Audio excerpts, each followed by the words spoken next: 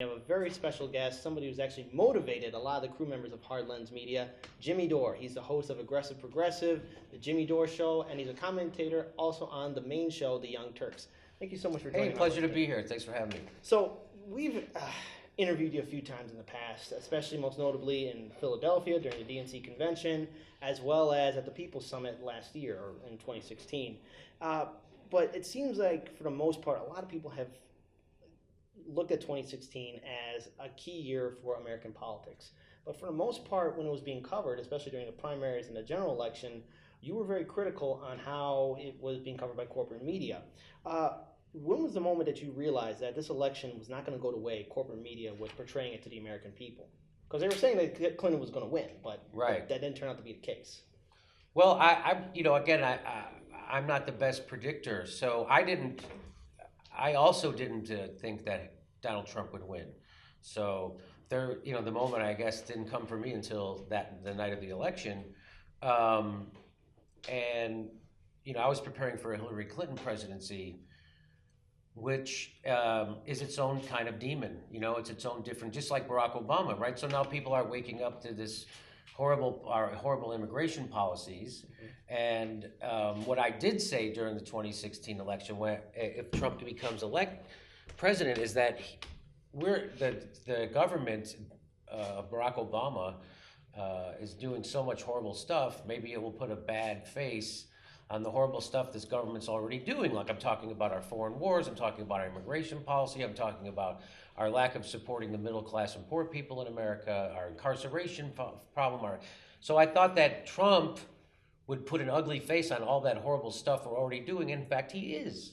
Yeah. So now people are upset about the way we treat immigrants in America, whereas under Barack Obama, no one gave a crap about it. And they started tweeting out pictures of kids in cages. Well, turns out Barack Obama built those cages. So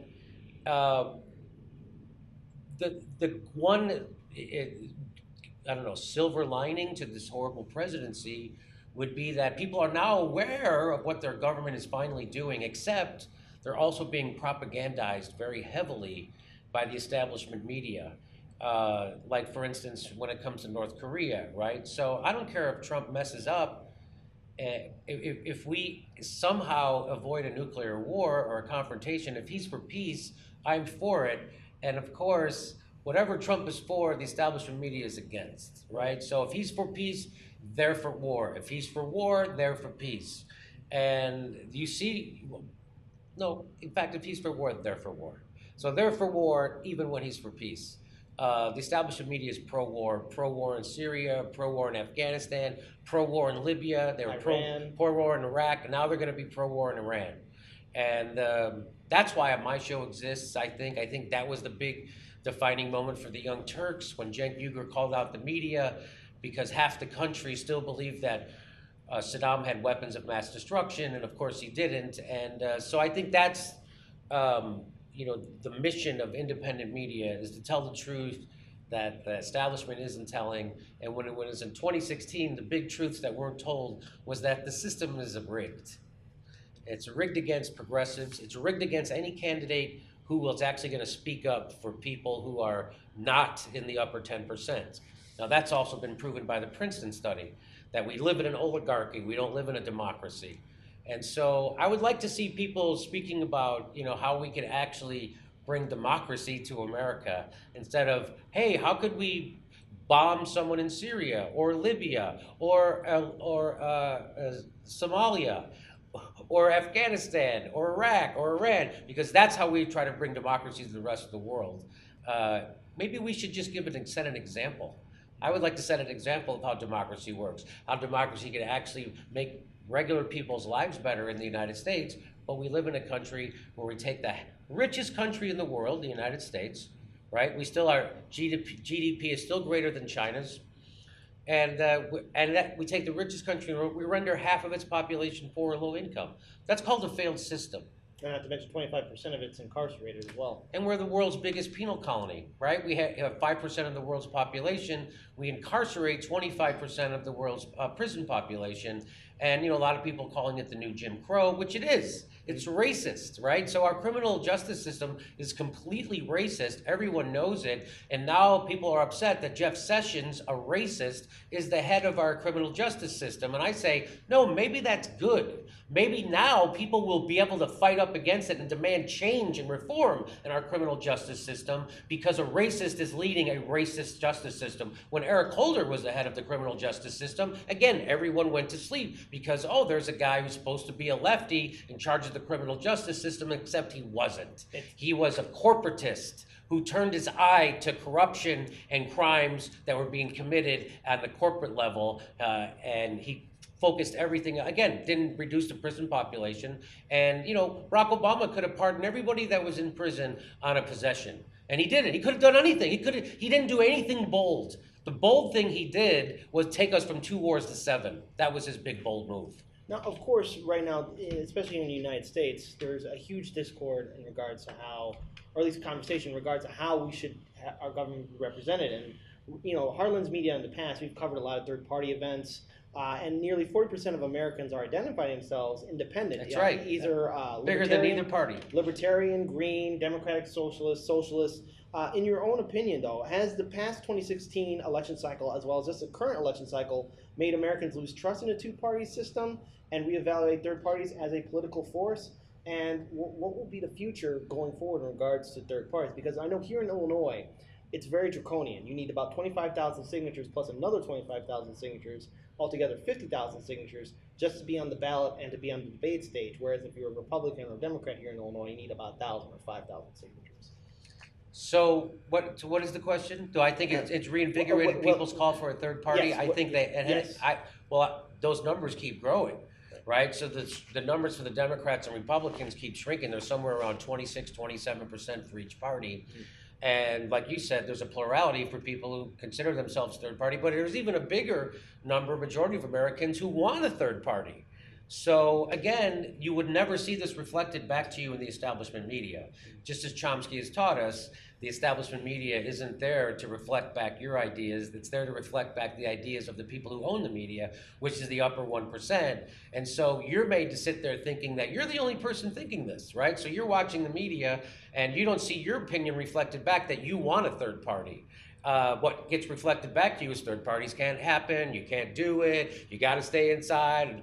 Jill Stein is a Russian, Greens are bad, everybody, you can only stay inside the two-party system. That's what's reflected back to you in the media, and you're sitting at home thinking, well, I must be crazy to think we should have 3 parties. And in fact, you see in like countries like Canada or member nations of the European Union, or even in Australia or any other democratic country, you have a vibrant multi-party system. Yes. And you have at least, if not 4 parties, 5 or 6 or 7 right. or 8. But here in the United States, we only have a 2-party neoliberal system. And in fact, that goes on with a follow-up question. Since the 2016 elections, it's clear that the neoliberal system continues to push back against any type of change. What will it really take to effectively remove their power? To remove the whose power? The neoliberal system. The Democrats and Republicans, I mean, they both know the same people in Wall yes. Street. They know the bankers. They all are friends. What will it take to effectively remove the neoliberal system that we have? What will it take to remove them? Well, to me, I think it's not going to happen inside the two-party system. Okay.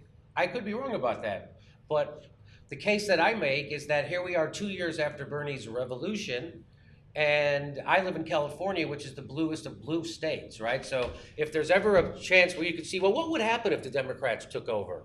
What if this were, if all the blue had the blue wave and everybody, well, look at California. We have a super majority in our state legislature of Democrats, and we have a governor who's a Democrat. We're the 5th largest economy in the world. Do we have single payer? No, in fact, we had Democrats who blocked it. Do we have free college? No. Do we have net neutrality? No. In fact, we had Democrats who just gutted our net neutrality bill. And we're sending back to Washington, D.C. Remember, this is 2 years after Bernie's revolution, after the Democratic Party screwed him. We're sending back to Washington Kamala Harris, Dianne Feinstein, and Nancy Pelosi. This is the bluest of blue states. We get the worst of the corporatists. I mean, Dianne Feinstein is basically a right-wing Republican, like hard right. Nancy Pelosi's moderate right-wing, and so is Kamala Harris. And Kamala Harris just famously gave her full-throated support for ICE, locking up immigrants who rape and kill people. Sounded just like Trump. So my point is the way we can get rid of this neoliberal system, which is worldwide, but here in America, the best way to fight back against it is we have to go outside the two-party system. In fact, Bernie Sanders in the 90s, he knew this. In fact, I have a videotape of him saying it, that there has to be a progressive movement in this country, and it has to happen outside the Democratic Party. And Bernie Sanders is not doing that. He started our revolution, which is outside the two-party system, except he's not running it. He's not the head of that.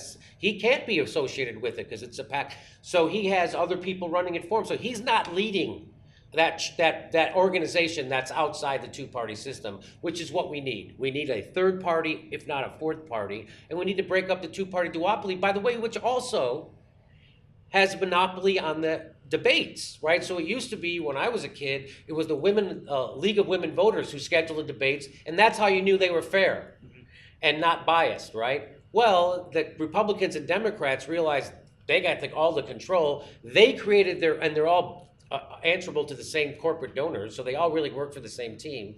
So they got together and created their Presidential Debate Commission, which has nothing to do with the League of Women Voters, and they get to set the rules, which is why Jill Stein is never invited to debate, right? In fact, when she showed up to a debate, they handcuffed her to a chair for 8 hours. That was why in would you do? 2008, right? Yeah, why would you? 2012. I think it was 12. Why would you do that if you weren't afraid of her? So they're afraid of those ideas, which is why they won't allow an unbought, non-corporate tool to be on a debate stage. So we need to break that. We need to have 3 and 4 people up on that debate stage instead of one corporate warmongering tool and another corporate warmongering tool. And then we shame half the country who doesn't feel inspired to come vote for them. Absolutely. And there's another concern, too, that we see with media as well, because the media is basically also allowing third parties to be pushed aside or considering them to be irrelevant.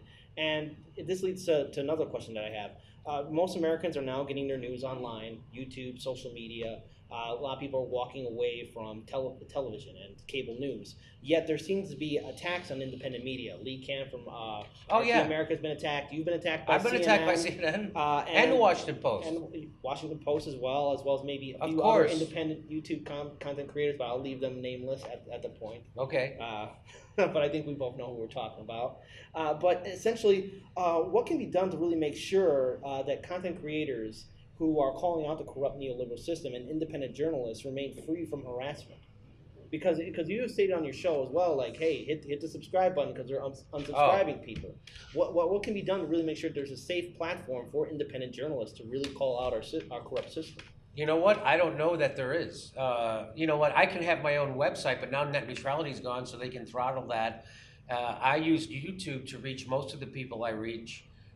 They're throttling YouTube right now, so they're trying to suppress independent media on YouTube, and it serves 2 purposes, right? So it serves, the big purpose is advertising, right? So they want to make money, and if you, so the mainstream establishment press like CNN realizes that YouTube is a threat to their advertising dollars, so they write these articles, and the Wall Street Journal and everybody else write these articles saying, YouTube's not safe to advertise on because they have radical programming, and your advertising for Nestle went on a right-wing or a Nazi website or a pedophile. Okay, again, this is all. You know, they put billions of ads on billions of videos, of billions of hours of watched every day, and 1 or 2 or 3 things pop up like that has no effect on anything, and that's so it's so. They're suppressing independent media. Now you go on YouTube, and it used to be I would see all these independent news producers say suggested media. Now my suggested media is always Fox, CNN, MSNBC, the AP, BuzzFeed. It's all these mainstream establishments. So what we can do to fight back against it, I have no idea. Again, it comes down to taking control of our government, and we have to do that. I don't think it's going to happen inside the two-party system. I don't mean to be too pessimistic, but, you know, Bernie came along. He has a moment.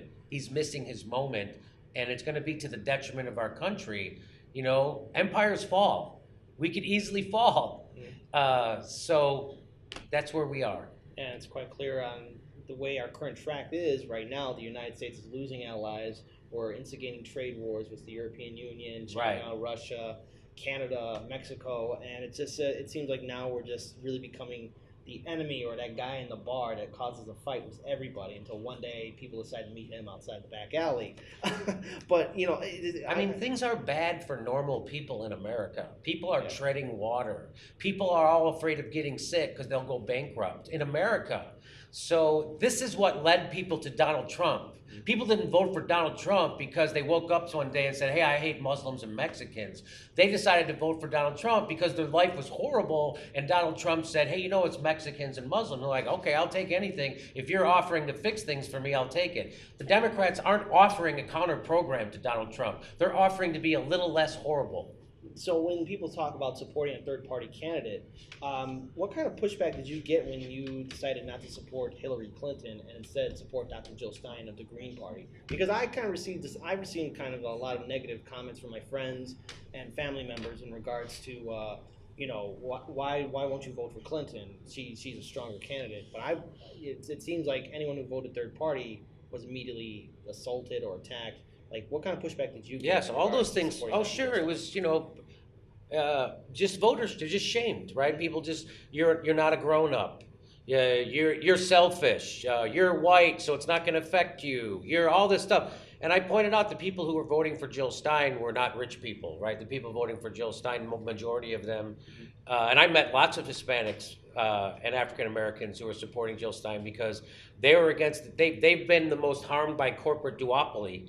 And they know that we need to get rid of it, right? They know what those people in Wisconsin and Michigan know what Hillary Clinton did to them. They shipped their jobs out during NAFTA and they exploded the prison population. At the same time, they gutted welfare. That's what the Democratic Party did for those people. That's why half the country didn't show up to vote. And so, yes, I get it all the time. And it's up to if a politician doesn't have enough votes to win an election, you're supposed to go get those votes. You're supposed to earn people's votes. You're not owed anyone's vote. That's not how politics works. And if you're not into garnering votes through campaigning, electoral politics is not for you, as my friend Richard Eskow says. So in regard to this, especially in regards to the primary, Bernie Sanders himself, while he was running during the primary, seemed to be very silent about the clear election fraud that was happening. I know. Because it's quite clear that the Democratic establishment and the Clinton campaign were working together to commit election fraud to deny Bernie Sanders a nomination. Why has he remained silent? I know that you've interviewed him, you spoke to him in the past. What do you think led to him to really not talk about it? I have met Bernie Sanders. I have not interviewed him. What I think has led him to not talk about it is just what Chris Hedges says, is that he didn't want to end up another scapegoat for the Democrats' failings like they did to Ralph Nader.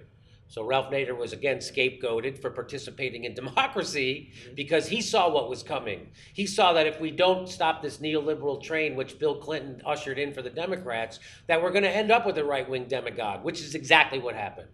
So Bernie Sanders said to Chris Hedges, as his reports, that he didn't want to end up like Ralph Nader, so he's going to go along with the party. That's what Chris Hedges said. I'm not smart enough to know why Bernie's doing what he's doing. All I can think of is a political calculation of some sort, and it has to do with him running as a Democrat in 2020. And what I say is if Bernie runs as a Democrat in 2020 and the Democrats find a way to cheat him again, which they're already trying, they just passed a law or a rule in the DNC saying if you're not a member in good standing of the Democratic Party, you're not allowed to run. The DNC will decide who's a real Democrat and who's not. That was a direct threat at Bernie Sanders, right, to keep him in line. So if you start going against the party too hard, it's telling us that we rigged the primary against you and we're not going to let you run as a Democrat in 2020. That's what that threat is. So they might not even let Bernie run in 2020 as a Democrat, which that would be hilarious to see happen because Bernie's putting all his eggs in the basket of he is going to run as a Democrat in 2020 and he thinks he's going to win. And what I say, if they find a way to cheat you again and you don't win, what have you built over these last 4 years? Nothing.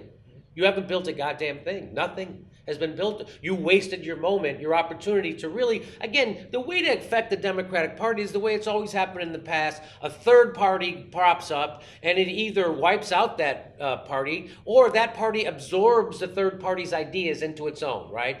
And you need people like that You need populist candidates to do that, and Bernie's not doing that. Bernie's bringing people into a Democratic Party which is actively working against progressives. Look what's happening with Joe Crowley and Ocasio-Cortez right now. He won't even get off the ballot. So all the party unity and loyalty has to come from the progressives to the Democrats. Democratic Party never has to be even fair to progressives. They're not even fair. Not only do they not represent progressives, the Democratic Party, they actively work against them and cheat them. Why would you want to be part of that party? So I got lots of pushback. I still do to this day. People blame me for the Supreme Court, even though Barack Obama didn't lift a finger to seat Merrick Garland. And he had the power to do so. Well, I just covered an article in the Huffington Post. They quote all these Democratic senators saying, we should have fought harder for that seat. We should have shut down the government. Barack Obama could have shut the government down saying, you have to seat my Supreme Court nominee. That's the Constitution. That's how it works. And you have to give him a hearing and you have to have a vote. He didn't do that. And you know why? Because the Democratic senators say they made a political calculation that Hillary was going to win anyway.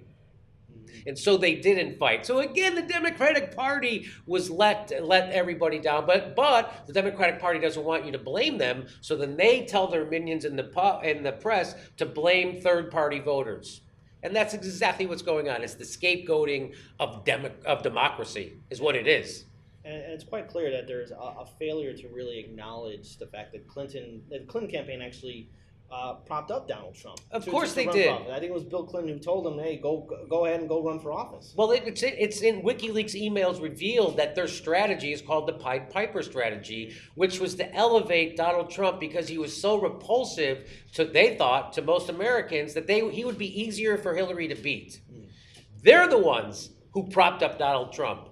Les Moonves at CBS, Phil Griffin, Rachel Maddow, Chris Hayes at MSNBC. They're the ones who propped up Donald Trump by showing his empty podium instead of showing a speech by Bernie Sanders. They're the one who fired Ed Schultz because he wanted to cover Bernie Sanders. They did that. But still, all the morons in the world will wag their finger at people who didn't vote or third-party voters.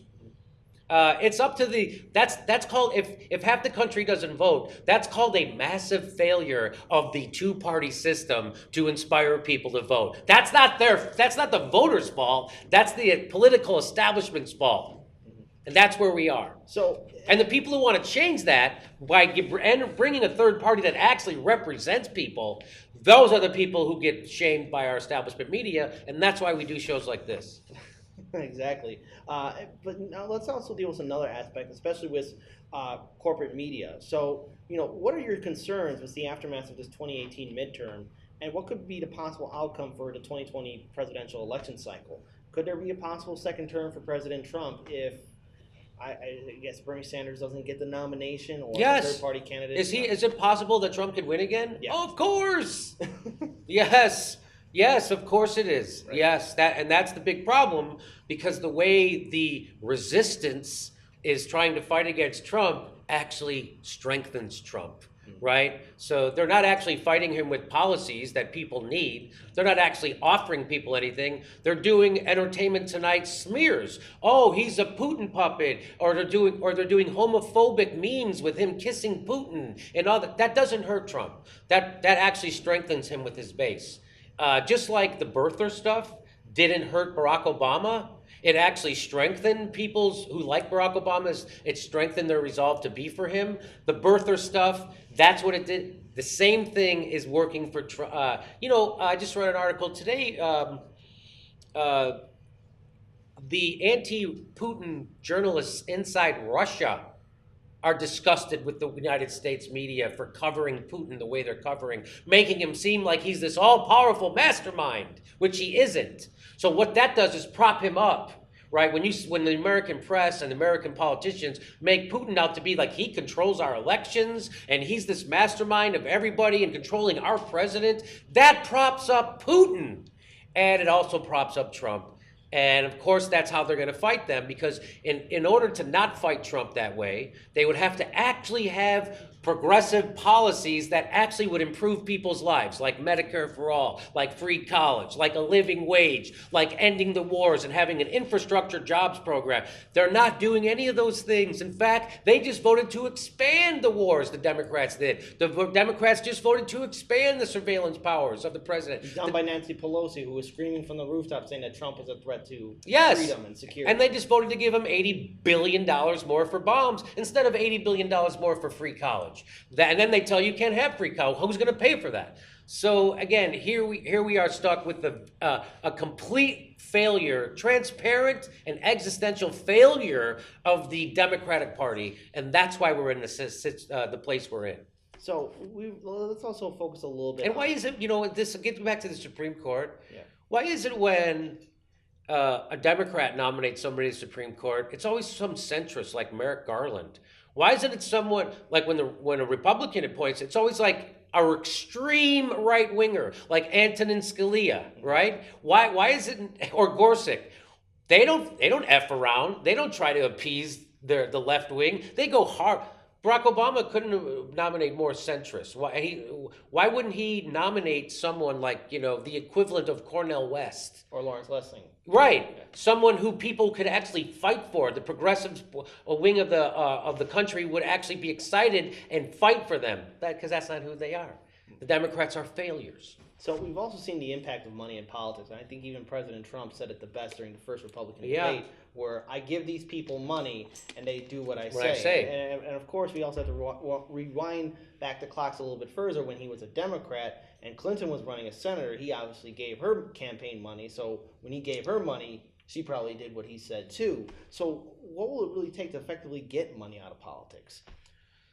So I don't know. So the Wolf Pack is trying to get a constitutional amendment to get money out of politics or corporate money out of politics.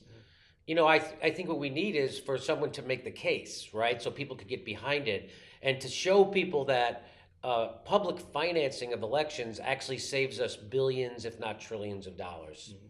So they're like, who's going to pay for public financing of elections? No, that's a cost-saving measure. We're actually going to spend less money, just like single payer. How are you going to pay for a less expensive healthcare plan? Well, we're going to pay less.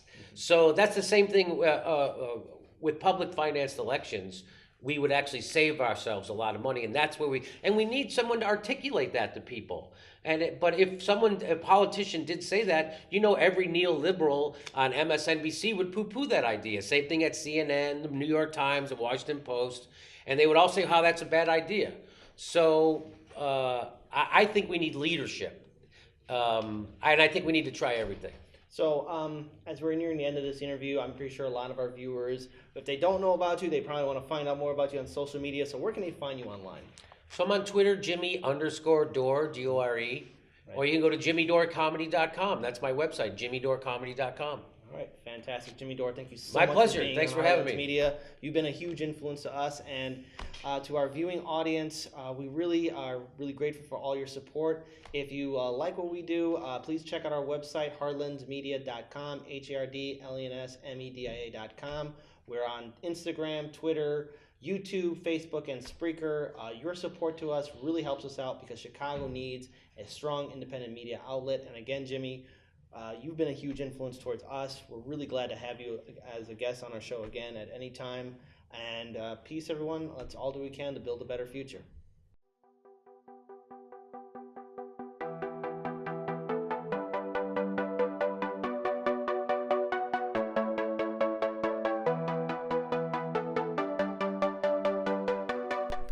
You're watching Hard Lens Media.